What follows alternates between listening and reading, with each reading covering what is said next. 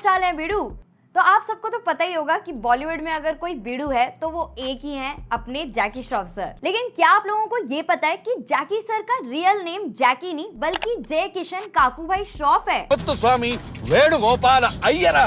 तो last 40 years से वो इंडस्ट्री में है, जिसमें उन्होंने 220 मूवीज में अभी तक एक्ट किया है, वो भी अक्रॉस 13 लैंग्वेजेस। तो हीरो मूवी से रातों रात स्टार बनने वाले जैकी श्रॉफ को जनता ने खूब प्यार दिया एंड ऐसा ही उनके बेटे जय हेमंत यानी कि टाइगर श्रॉफ से भी एक्सपेक्ट किया गया, जब उन्हें आज से 10 साल पहले 2014 में हीरोपंती मूवी से लॉन्च किया गया। तो पिक्चर चल गई एंड ऑल्दो लोगों ने टाइगर के फिजिक, स्टंट्स और डांस को बहुत प्रेज किया, बट उनके एक्टिंग और लुक्स को लेके उन्हें क्रिटिसिज्म भी फेस करना पड़ा। इवन टाइगर को अपनी बॉडी और लुक्स की वजह से ट्रांसजेंडर तक भी बोला गया। लेकिन फिर सेकंड मूवी आई बागी एंड वो भी हिट रही, और उसके बाद बागी 2 और वॉर से लगने लगा कि हाँ अब टाइगर सही रास्ते पर है। लेकिन फिर ऐसा क्या हुआ कि अपने 10 साल के करियर में 11 रिलीजेस में से उनकी 6 मूवीज फ्लॉप्स रही एंड जिसमें से 3 मूवीज तो बैक टू बैक फ्लॉप्स रही हैं। इवन ये न्यूज तक आने लगी कि टाइगर श्रॉफ को अपनी फीस 70% तक कम करने की एडवाइस दी गई है, जहां वो एक मूवी के लिए रिपोर्टेडली 30 करोड़ तक चार्ज कर रहे थे। वहीं पे उनको एडवाइस किया गया कि अब वो अपनी फीस 9 करोड़ तक ले आए। इवन उनकी आने वाली 3 मूवीज को भी शेल्फ कर दिया गया, जिसमें से एक movie Rambo Rohit Dhawan direct कर रहे थे, जिसमें जानवी कपूर भी लीड में होने वाली थी। लेकिन अभी के लिए इस मूवी को शेल्फ कर दिया गया है due to budget issues. And next जो मूवी शेल्फ की गई है वो है हीरो नंबर 1, जिसमें वो दिशा पाटनी के साथ स्टार करने वाले थे। लेकिन अब उसके रिगार्डिंग भी यही रिपोर्ट्स आ रही हैं कि पिक्चर अभी होल्ड पे है। एंड तीसरी जो मूवी शेल्फ करी गई है वो है गणपत का पार्ट 2। खैर वो तो हो ही जानी चाहिए थी, गजब बेइज्जती है। मतलब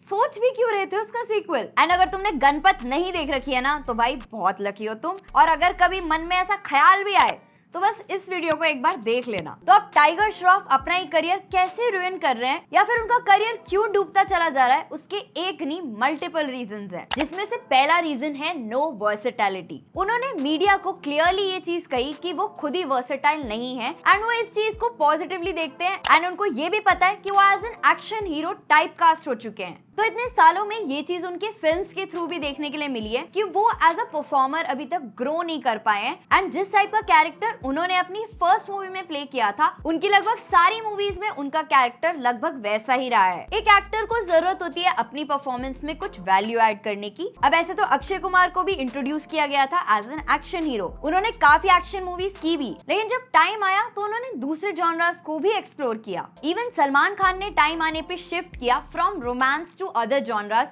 like rom-com, comedy and even action movies। तो ये चीज तो सच है कि सर्वाइव करने के लिए वेरिएशन लाना बहुत जरूरी है एंड अनफॉर्चुनेटली टाइगर वो चीज नहीं कर पाए हैं। उन्होंने अपनी थर्ड मूवी में एक्सपेरिमेंट करने का ट्राई भी किया था, लेकिन वो कुछ खास चला नहीं, लेकिन उसके बाद उन्होंने कभी ट्राई ही नहीं किया एंड इसीलिए नेक्स्ट रीजन है audience expectation but refusal to evolve. मतलब बागी जो मूवी आई थी वो सिर्फ 35 करोड़ के बजट में बनी थी, लेकिन उसने टोटल 129 करोड़ कमाए थे एंड सिमिलरली बागी 2 मात्र 60 करोड़ में बनी थी, लेकिन उसका ओवरऑल कलेक्शन अराउंड 260 करोड़ रहा। पर इन मूवीज के बाद ऑडियंस का भी हो गया, क्योंकि डांस और स्टंट्स के लिए उन्होंने मूवीज को बढ़िया रिस्पांस दिया, लेकिन अब ऑडियंस को भी और एक्सपेक्टेशन थी in terms of acting, dialogue delivery and overall performance, जो उनको टाइगर की नेक्स्ट मूवीज में देखने के लिए नहीं मिली। इवन हॉलीवुड एक्टर्स जिन्हें सिर्फ एक्शन के लिए जाना जाता है, जैसे कि Jason Statham, Arnold Schwarzenegger and even Sylvester Stallone, उन्होंने भी टाइम आने पे गियर चेंज किया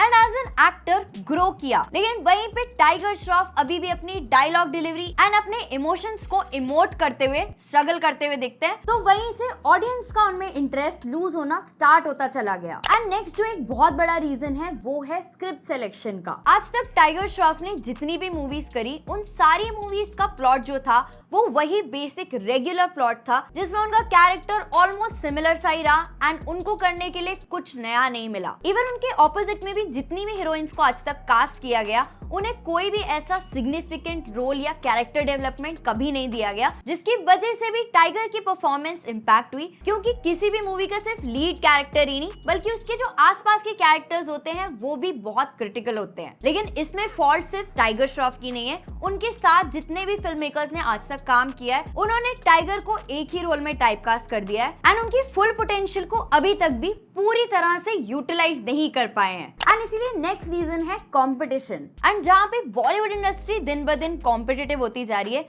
जहाँ पे इतने सारे टैलेंटेड एक्टर्स हैं कि अगर आपकी एक मूवी भी फ्लॉप हुई तो वो आपके लिए काफी खतरनाक साबित हो सकता है। एंड ऐसे में किसी भी मूवी की सक्सेस सिर्फ उसके लीड एक्टर पे डिपेंड नहीं करती, बल्कि उसके डायरेक्शन, स्क्रिप्ट और मार्केटिंग पे भी बहुत ज्यादा डिपेंड करती है। एंड इसीलिए ऐसे में सिलेक्टिव होना इंपॉर्टेंट हो जाता है। इसीलिए नेक्स्ट रीजन है हाई बजट वर्सेस लो रिटर्न्स। तो टाइगर श्रॉफ की लास्ट 4 मूवीज इंक्लूडिंग हीरोपंती 2, बागी 4, गणपत एंड बड़े मियां छोटे मियां सारी ही बिग बजट प्रोडक्शन की मूवीज थी। एंड जिस तरह का परफॉर्मेंस इन मूवीज का बॉक्स ऑफिस पे रहा है, उससे प्रोड्यूसर्स को बहुत ज्यादा लॉसेस हुए हैं। एंड इस सब की वजह से ही ये सिचुएशन बनती जा रही है कि अब टाइगर श्रॉफ को एक एक्सपेंसिव एक्शन फिल्म में एज अ लीड कास्ट करना प्रोड्यूसर्स के लिए भी बहुत टफ डिसीजन हो चुका है। तो अगर किसी एक्टर का हिट फ्लॉप भी चलता रहे तो भी कोई दिक्कत नहीं आती, लेकिन अगर किसी भी एक्टर की लाइन से मूवीज फ्लॉप होती चली जाए तो वो एक प्रॉब्लम है। और आजकल तो वैसे ही ऑडियंस इतनी लाउड एंड क्लियर हो चुकी है अपने वर्डिक्ट को लेके कि उन्हें क्या चीज देखना पसंद है एंड क्या चीज वो नहीं देखना चाहते। ऑडियंस को वेरिएशन चाहिए एंड उसके लिए टाइगर श्रॉफ को अपने आप को एज एन एक्टर री इन्वेंट करना पड़ेगा। अपने लुक्स और अपने कैरेक्टर्स के साथ भी उन्हें एक्सपेरिमेंट करना पड़ेगा। इवन जो उनका एक्शन है, जो उनका सबसे स्ट्रॉन्गेस्ट पॉइंट है, उसमें भी उन्हें थोड़ी वेरिएशन लाने की जरूरत है। एंड अभी हाई टाइम हो चुका है कि उन्हें अपनी स्क्रिप्ट सिलेक्शन को और ज्यादा इंप्रूव कर लेना चाहिए। वही सेम टाइप की मूवीज या कैरेक्टर्स को अब बिल्कुल भी रिपीट नहीं करना चाहिए एंड कुछ नई स्क्रिप्ट्स के साथ एक्सपेरिमेंट करना चाहिए। ऑल्सो अगर टाइगर को इंडस्ट्री में सर्वाइव करना है एंड अपने फैंस को एंटरटेन करते रहना है, तो उसके लिए टाइगर को अपनी एक्टिंग का लेवल और भी ऊपर करना पड़ेगा, फिल्म मेकिंग के पूरे प्रोसेस को समझना पड़ेगा एंड किसी भी रैंडम स्क्रिप्ट डायरेक्टर या प्रोड्यूसर को एक गुड बॉय की तरह यस बोलना बंद करना पड़ेगा। अगर टाइगर श्रॉफ ये सब टाइमली इंप्लीमेंट कर लेते हैं तो मुझे लगता है कि उनका करियर रिवाइव हो सकता है, अदरवाइज तो खत्म। तो तुम्हारे सबके बारे में क्या थॉट्स हैं एंड क्या सजेशंस हैं टाइगर श्रॉफ के लिए, वो कमेंट सेक्शन में ड्रॉप करना मत भूलना। एंड अगर तुम्हें इस टाइप का कंटेंट या इस टाइप की वीडियोस पसंद है तो वीडियो को लाइक और चैनल को सब्सक्राइब कर सकते हो एंड